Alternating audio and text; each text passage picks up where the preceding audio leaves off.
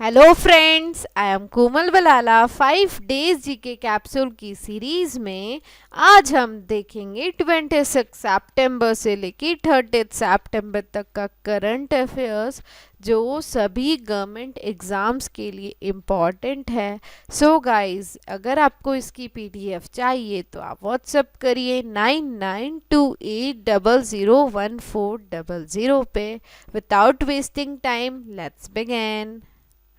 First है जाइमैक्स। ये basically एक एक्सरसाइज है किसके बीच में, इंडिया और जापान के बीच में मैरीटाइम एक्सरसाइज है। ओके, कब स्टार्ट हुई थी? जनवरी 2012 में। उसका मेन, इसका स्पेशल फोकस किस पे है? मैरीटाइम सिक्योरिटी कॉपरेशन में। ये हर 2 साल में होती है। किसके बीच में? Indian navy and Japanese maritime self defence force के बीच में।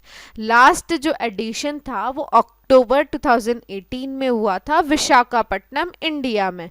नाउ द फोर्थ एडिशन कहाँ हो रहा है? India Japan maritime bilateral exercise का नॉर्थ अरेबियन सी में हुआ था 26 से 28 सितंबर 2020 को। ओके, कौन कौन सी फ्लीट्स ने पार्टिसिपेट किया था? Indigenously built stealth destroyer Chennai, Teg class stealth frigate Tarkash and the fleet tanker Deepak P8I long range maritime patrol aircraft.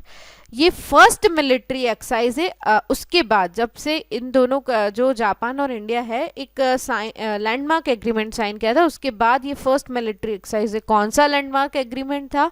Acquisition and cross service agreement. Okay, तो acquisition and cross service agreement पे question आ सकता है कि acquisition and cross servicing agreement is often seen in news is related to what? तो ये क्या है? इंडिया और जापान के बीच में एक लैंडमार्क एग्रीमेंट है। Okay, regional rapid transit system सबसे पहले कहाँ पे लॉन्च किया गया है? दिल्ली में। किसने किया है? National capital region transport corporation. ये जो बेसिकली एक मतलब है ना, ऐसी स्पीड की हाई स्पीड ट्रेन है, उसकी स्पीड रहेगी 180 kilometre per hour. Light weight है, फुल्ली एयर कंडीशन ट्रेन है, एज वेल एज इसकी जो बाहर की बॉडी है वो स्टेनलेस स्टील से बनी है। ओके, ये क्या करेगी कि दिल्ली गाजियाबाद मैरिट कॉरिडोर जो है 82 किलोमीटर का, वहाँ इसे सबसे पहले इम्प्लीमेंट किया जाएगा। फर्स्ट होगा इंडिया का वो RRTS कॉरिडोर। तो ये जो दिल्ली से मैरिट की जो ट्रैवल टाइम है उसको 1/3 रिड्यूस कर देगी। ओके, सैंडलवुड स्पाइक डिसीज, मतलब चंदन में एक बीमारी होती है, उसी का नाम है सैंडलवुड स्पाइक डिसीज। ये क्या है? जो बीमारी है वो फाइटोप्लाज्मा से होती है, एक bacterial parasite of plant tissues जो कि इंसेक्ट वेक्टर के द्वारा ट्रांसमिट होते हैं। ओके, अब ये क्या है कि जो देखो अभी हो क्या रहा है कि चंदन जो है वो कंटिन्यूस डिक्लाइन हो रहा है। ठीक है, तो उसका one of the major cause जो ये बीमारी है, ठीक है, इसे फर्स्ट डिस्कवर्ड की गई थी कोडागू में 1899 में। अब जैसे इसका जो नेचुरल हैबिटेट्स पे डिवास्टेटिंग इफेक्ट पड़ रहा है कि जो उसकी चंदन की जो नॉर्मल होती है, तो उससे क्या हो रहा है कि IUCN ने इसे वल्नरेबल कैटेगरी में डाल दिया था। कब? 1998 में। Presently there is no option. अगर देखो किसी भी चंदन की जो पेड़ होता है उसको ये बीमारी लग जाती है तो कोई भी ऑप्शन नहीं है अपने सिवाय कि इसको काटने के, क्योंकि अगर नहीं काटेंगे तो क्या होगा कि ये दूसरे ट्रीज को करेगी, तो इस तरह से ये बीमारी फैलती रहती है। तो with between 1 and 5% of sandalwood trees lost every year due to the disease, scientist ने वार्निंग दी है it could wipe out the entire natural population if measures are not taken to prevent its spread। मतलब इतनी खतरनाक है। अगर scientist ने सीधा बोल दिया है, अगर आपने इस पे कंट्रोल नहीं किया, मतलब ठीक है, तो क्या होगा कि पूरी की पूरी जो नेचुरल पॉपुलेशन है किसकी? चंदन की, वो खत्म हो जाएगी। तो अभी recently natural population of sandalwood in Marayur of Kerala and the various reserve forest in Karnataka including MM hills are heavily infected with SSD for which there is no cure as of now। अभी तक कोई दवाई नहीं है, कुछ भी नहीं है। ओके। रेड सैंडलवुड मतलब लाल चंदन। ओके ये जो रेड सैंडर्स कहा जाता है इन्हें, बेसिकली ये एंडेमिक टू साउथ इंडिया है, ठीक है। ये tropical dry deciduous forest of Palakonda and Seshachalam hill ranges of Andhra Pradesh as well as Kerala, Tamil Nadu and Karnataka में पाए जाते हैं। कहाँ कहाँ पे? Kerala, Tamil Nadu, Karnataka and Andhra Pradesh, southern India में। Okay red sanders usually grow in the rocky, degraded and fallow lands with red soil as well as hot and dry climate. IUCN ने इसे पहले एंडेंजर्ड स्पीशीज की कैटेगरी में डाल रखा था, उससे अब चेंज करके नियर थ्रेटेंड में डाल दिया है। ओके तो अगर रेड सैंडलवुड के बारे में आता है तो अभी नियर थ्रेटेंड कैटेगरी में है, एज वेल एज ये अपेंडिक्स 2 में है। किसकी? साइट्स की। Convention on international trade in endangered species of wild flora and fauna. Appendix 2 वो होती है species which are not necessarily threatened with extension but in which trade must be controlled to avoid utilization incompatible with their survival. अब देखो ये किस लिए जाना जाता है? Rich you and therapeutic properties इसकी पूरे एशिया में डिमांड रहती है, सबसे ज़्यादा चाइना एंड जापान में। इसे कॉस्मेटिक, मेडिसिनल प्रोडक्ट्स में, वुड वर्क्स में as well as musical instruments में यूज़ लिया जाता है। इसकी पॉपुलैरिटी इतनी है कि 1 टन जो लाल चंदन है उसकी कॉस्ट 50 लाख से 1 करोड़ है इंटरनेशनल मार्केट में। तो आप समझ सकते हैं इसकी कितनी वैल्यू है।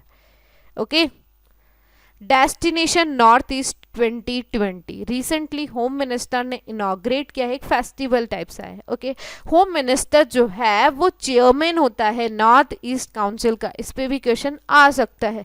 इसे कौन सी मिनिस्ट्री देख रही है? Ministry of development of north east region.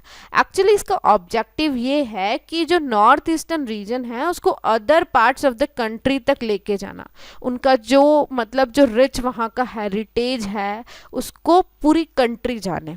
Actually problem क्या होती है कि नॉर्थ ईस्ट जो है वहाँ पे बहुत अच्छा रिच कल्चर है वहाँ का, लेकिन पूरा इंडिया उससे नोन नहीं है, तो उसी कल्चर को पूरे इंडिया को बताना। ठीक है, to introduce various cultures of the country to each other along with the tourist destinations of the north east.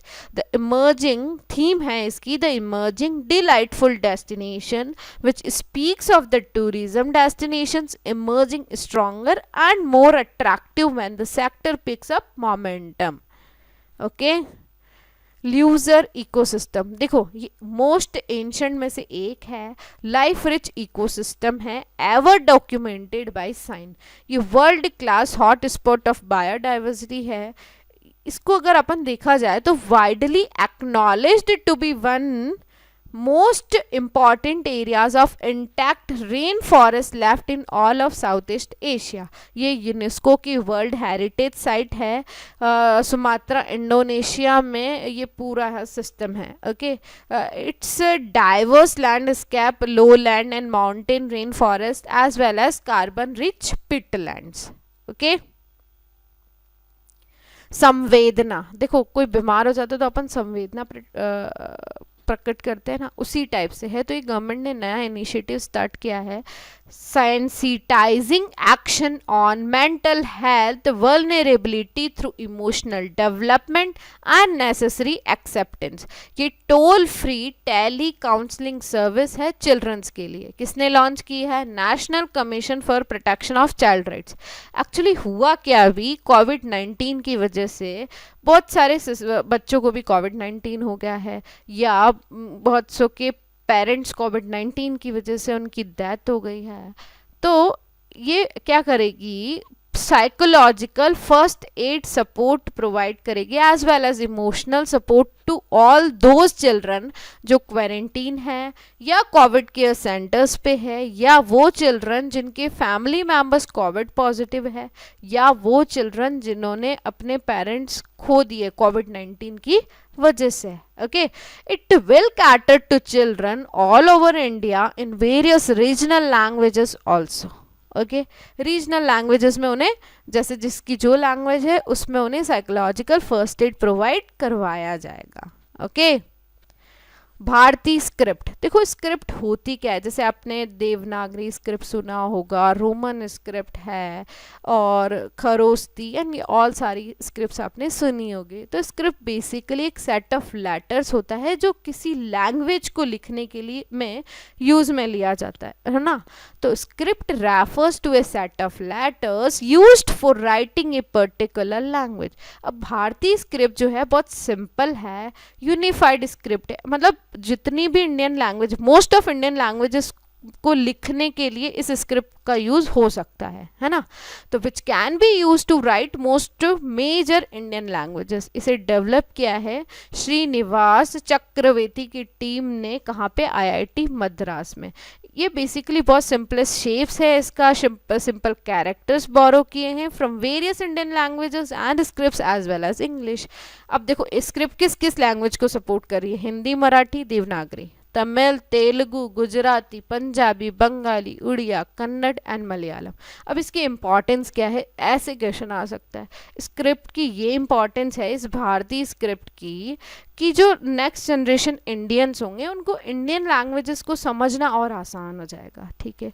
ये आइडियल स्क्रिप्ट होगी उन लैंग्वेजेस के लिए जिनकी कोई स्क्रिप्ट ही नहीं है, जैसे Konkani and Tulu. Okay, it serves as a writing system for the innumerable tribal languages of India and the languages of the Northeast. और ये न्यू सिस्टम ब्रेली किसके लिए, ब्लाइंड पर्सन्स के लिए, for Indian languages and even a finger spelling system for the hearing impaired childrens के लिए। It can shorten the duration of adult literacy programs from 6 months to a few weeks as the scripts is easy to learn. Lantana camara एक basically small perennial shrub है, ठीक है, छोटा सा पौधा है, which forms extensive dense and impenetrable thickets. ये central और साउथ अमेरिका का नेटिव है, लेकिन इंडिया में ये एक इन्वेजिव स्पीशीज है। इन्वेजिव मतलब होता है हमलावर जो होती है ना नस्ल, वो which was introduce in tropical region as an ornamental plant in 1807। It is generally deleterious to biodiversity and is an agricultural weed, जंगली grass है। The toxic substance in its foliage and ripe berries affected the animal। अभी ये news में इसलिए रहा, a special drive to uproot the invasive lantana bushes in the Sajjangarh wildlife sanctuary has been carried out। Sajjangarh wildlife sanctuary Udaipur Rajasthan, okay, तो वहाँ से इन सारी species को हटाया जा रहा है, ओके, और जो साथ ही साथ प्लांटेशन किया जा रहा है वो स्पीशीज जो वहाँ की नेटिव है, ओके। ESG फंड, देखो ESG 3 वर्ड से मिलके बना है, एनवायरमेंट, सोशल, गवर्नेंस, एक काइंड का ये म्यूचुअल फंड है। तो बेसिकली अगर देखा जाए तो कोई भी पैसा अगर सस्टेनेबल इन्वेस्टिंग में लगाता है या सोशल रिस्पॉन्सिबल इन्वेस्टिंग में लगाएगा तो उसे कहा जाएगा कि ESG फंड में पैसा लगाया है। ESG फंड शॉर्टलिस्ट वो कंपनी को शॉर्टलिस्ट करेगी जिसका एनवायरनमेंट में हाई स्कोर है या सोशल रिस्पॉन्सिबिलिटी में, कॉर्पोरेट गवर्नेंस में, okay, focuses on companies with environment friendly practices, ethical business practices and an employee friendly record, is regulated by SEBI, Securities and Exchange Board of India। the first ESG mutual fund किसने launch किया था, State Bank of India, SBI Magnum Equity ESG fund, okay. Health in India report, recently ये report आई थी, किसने release की है, Union Ministry of Statistics and Programme Implementation. Objective है कि is to gather basic quantitative information on India's health sector. अभी pandemic में इंडिया की हेल्थ एक्चुअली क्या सिचुएशन है, ठीक है। The survey defines element as any deviation from A persons state of physical and mental wellbeing. तो इसने जो मतलब 15 दिन का एक पीरियड लिया और उसमें पर्सन्स की स्टडी की है। तो proportion of persons who responded as ailing, जिसे PPRA कहा है, in a 15 period when they approached by the surveyors were registered as those suffering from ailments. अब देखो रिपोर्ट क्या है, फाइंडिंग्स क्या है मेजर इसके, around 7.5% of Indians reported that they were suffering from ailments. Rural India में 6.8% है, said that they were suffering from an ailment, and this number in urban India was 9.1%. और सबसे ज़्यादा रिलीजियस वाइज देखे तो जोरास्ट्रियन जो community है वो 31.1%. Okay, survey shows that women remain more susceptible to suffering from ailments than men. In rural India, 6.1% of males says that they were suffering from ailments, while 7.6% of rural women said the same. वैसे ही 8.2 of urban males said that they were sick, and the 10% urban females said the same. Okay. Andean community जिसे CAN कहा जाता है, actually UPSC के ये UPSC loves this type of terms, जैसे Golan height आया था उस टाइप से क्वेश्चंस आते रहते हैं, क्योंकि उसको क्या मज़ा आता है, जो एकदम से अननोन से टर्म्स होते हैं ना. अब कैन आ गया, सपोज कैन से अपन कैसे डिराइव करेंगे कि एक ट्रेड ब्लॉक है 4 कंट्री का, तो Andean community is a trade block of 4 countries, Bolivia, Colombia, Ecuador and Peru. So most important for UPSC, headquarter of CAN are located in Lima, Peru में. Okay, regional integration in the Andean countries began with the signing of the Cartagena Agreement by Bolivia, Chile, Colombia, Ecuador, Peru in 1969. This created the Indian Pact with the objective of creating a custom union and a common market. लेकिन चिले ने withdrew कर दिया था 1976 में, claiming economic incompatibilities. Okay. Cat Que virus. अब जो देखो कितने सारे न्यू वायरस आ रहे, corona virus, African swine flu virus, और उससे पहले अपन ने देखा था ब्रूसेलोसिस जो बीमारी हुई थी वो भी एक बैक्टीरियल है, एंड XYZ मिनी वायरसेस उसी टाइप का एक और है कैट क्यू वायरस. ये सारे के सारे चाइना में ही ओरिजिनल होते हैं और सबसे ज़्यादा वहीं फैलते रहते हैं, तो ये भी चाइना से ही है नो डाउट. तो CQV. ओके, इसका शॉर्ट फॉर्म है डोमेस्टिक पिग्स जो होंगे सुअर are considered to be the primary mammalian host. Okay, antibodies against the virus indicate that the virus has formed a natural cycle in the local area and has the ability to spread in pigs. और साथ ही साथ अगर देखो इसकी एक और खासियत ये है कि ये अदर एनिमल पॉपुलेशन को मॉस्किटोज के थ्रू जाएगा. मतलब पिग, इसके होस्ट कौन हो गए, मॉस्किटो पिग दोनों हो गए. मॉस्किटो ने बाइट कर लिया तो वो जो कोई दूसरा जानवर है वो भी इन्फेक्टेड हो जाएगा. ओके, तो ये जो वायरस है ये बिलोंग करता है सिम्बुसेरो ग्रुप से. ये ह्यूमंस और economically important live stock species दोनों को अफेक्ट करता है. फर्स्ट आइसोलेट किया था, जो फर्स्ट पेशेंट मिला था 2004 में from mosquitoes through the surveillance of arbo virus activity in northern Vietnam. अभी सिर्फ 2 जगह है, Vietnam and the China. In this study researchers reported a CQV strain which was isolated from mosquito samples collected in China in 2006 and 2008. अब humans पे क्या impact पड़ रहा है, humans can get infected mosquitoes से, जैसे डेंगू हो जाता है, चिकनगुनिया, एंड उसी टाइप का ये भी है. In the study scientist note that because of positivity in human serum samples and the replication capability of CQV in mosquitoes there is only a possible disease causing potential of CQV in the Indian scenario. Okay, Armenia and Azerbaijan dispute. अब देखो ये जो dispute है किसके बीच में है, ये important बात है. तो आर्मेनिया कंट्री है एंड अजरबैजान, आप फिगर में देख रहे हैं दोनों कंट्रीज. तो इसमें एक एरिया है उसका नाम है नागोर्नो काराबाग रीजन. ठीक है, ये जो वाइट वाइट से आपको दिख रहा है ये वो एरिया है नागोर्नो काराबाग रीजन. तो ये कॉन्फ्लिक्टेड साइट है. अब रीजंस फॉर डिस्प्यूट, सबसे पहले टेरिटोरियल. अब ये जो नागोर्नो काराबाग रीजन है इसमें एक्चुअली है क्या, 95% पॉपुलेशन जो है वो एथनिकली आर्मेनियन है। और कंट्रोल कौन कर रहा है, मतलब इंटरनेशनली रिकॉग्नाइज्ड जो कंट्रोल है वो अजरबैजान कर रहा है। तो कॉन्फ्लिक्ट हो गया ना, एक तो है तो आर्मेनियन और कंट्रोल कर रहा है अजरबैजान। रिलीजियस वाइज देखा जाए तो आर्मेनिया एक क्रिश्चियन मेजॉरिटी एरिया है, अजरबैजान मुस्लिम मेजॉरिटी, तो वो वापस से कॉन्फ्लिक्ट आ गया। डोमेस्टिक पॉलिटिक्स, दोनों अपने वेस्टेड पॉलिटिकल इंटरेस्ट की वजह से भी लड़ते रहते हैं दोनों के लीडर्स थोड़े थोड़े टाइम में। तो एपी सेंटर हो गया नागोर्नो काराबाग रीजन। अब ये जो है Nagorno Karabakh broke away from the Azerbaijan in a conflict that broke out as the Soviet Union collapsed in 1991. Azerbaijan and Armenia frequently accuse each other of attacks around Nagorno-Karabakh and along the separate Azeri-Armenian frontier. Okay. अब जैसे ही आ जाता है question, Nagorno Karabakh region is often seen in news is related to what, तो ये क्या है, Armenia and Azerbaijan dispute है।